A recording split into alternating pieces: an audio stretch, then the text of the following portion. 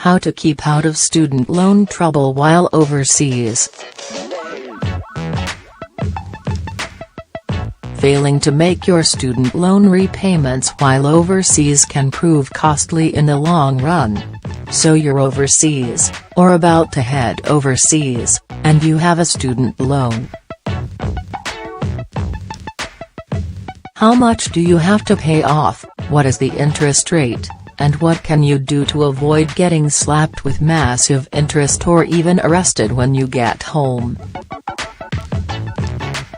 Student loans are interest-free if you live in New Zealand, but that changes if you go overseas for more than 6 months. And you can't just pop back for a few days every half year to keep interest-free. The 6-month clock doesn't reset unless you're back in the country for at least 32 consecutive days. Once you've been away for 6 months, the interest starts clocking up, and it's charged every month and backdated to the day after you left the country. The interest changes every year on April 1st. This year the annual rate is 4.4%. You also have repayment obligations, and if you don't make them, you pay extra interest. If you're in New Zealand, your employer should automatically send 12% of your income over $20,000 a year to IRD to pay off your loan.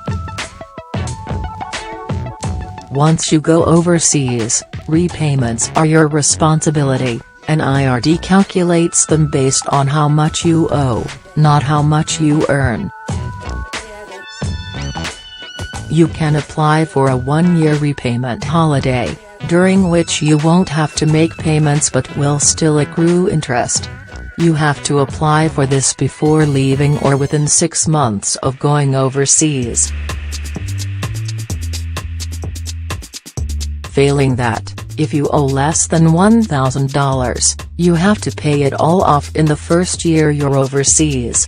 If your loan is bigger than that, you will have to pay off between $1,000 a year and $5,000 a year. You can calculate your repayments using IRD's online calculator. This obligation won't go down during the year if your loan balance decreases, but it can go up if it increases.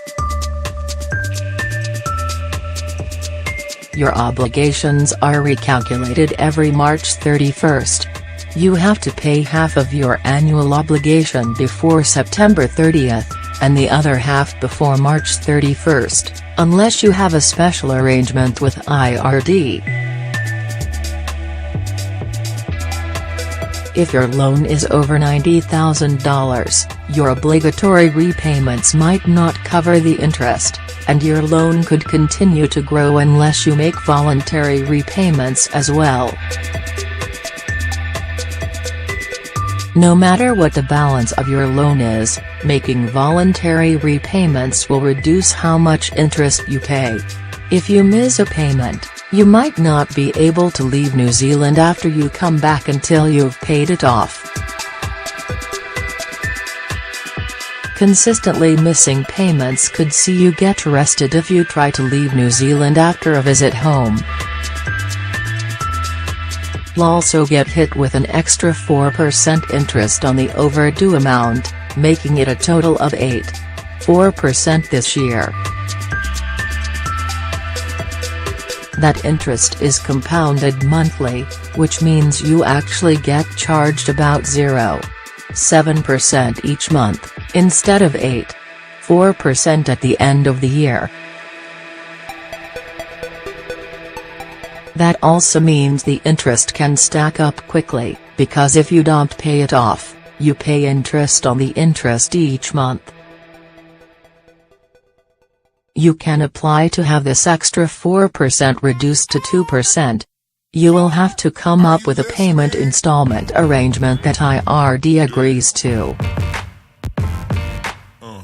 You can apply to IRD to remain interest-free while overseas in certain circumstances.